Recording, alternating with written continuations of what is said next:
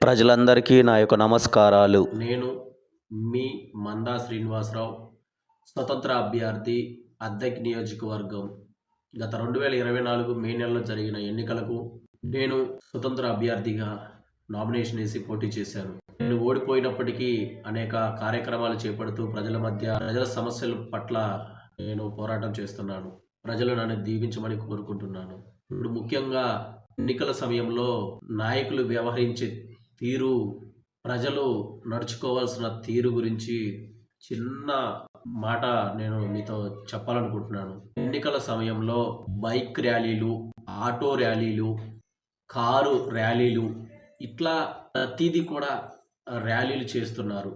ముఖ్యంగా చదువుకున్న యువత ఈ యొక్క యూత్ ఫాలోయింగ్ అంటూ అందరినీ ఆకర్షించి డబ్బు, మద్యాన్ని ఆ యువతకు ఇచ్చి వారి ఫ్రెండ్స్ని కూడా తీసుకురమ్మని చెప్పి ప్రోత్సహించి, ఆ విధంగా మధ్యతరగతి నిరుపేద కుటుంబానికి చెందిన యూత్ ముఖ్యంగా వీరిని ఆ యొక్క ర్యాలీలకి ప్రోత్సహించి వారి ప్రాణాలతో చెలగాటమాడుతున్నారు.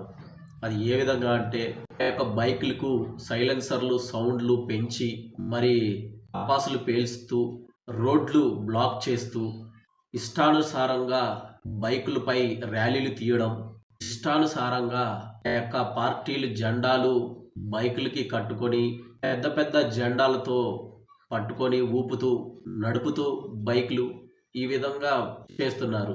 ముఖ్యంగా యువత ఒక్కసారి గ్రహించండి. ఈ విధంగా మాట్లాడుతున్నందుకు మీకు కోపం రావచ్చు. దయతో 2 చేతులెత్తి వేడుకుంటున్నాను. 2 చేతులెత్తి మీ పాదాలు పట్టుకొని ఒక బ్రదర్ లాగా అడుగుతున్నాను అనుకోండి. కోప్పడకండి.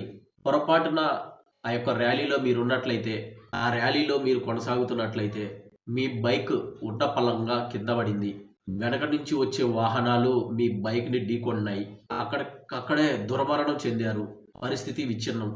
మిమ్మల్ని ప్రోత్సహించిన నాయకుడు బాగానే ఉన్నారు, మీకు మద్యాన్ని ఇచ్చిన నాయకుడు బాగానే ఉన్నారు, మీకు డబ్బులు ఇచ్చి ప్రోత్సహించిన నాయకుడు వారి కుటుంబం బాగానే ఉంది.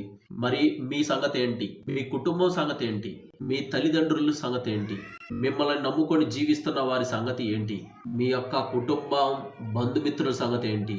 మీరు భూమి మీద బ్రతికి ఉంటే కొన్ని సంవత్సరాల పాటు మీ కన్న తల్లిదండ్రులు, మీ పేగు బంధం తెంచుకొని పుట్టిన పిల్లలు, మీ భార్య, మీ సహోదరులు, మీ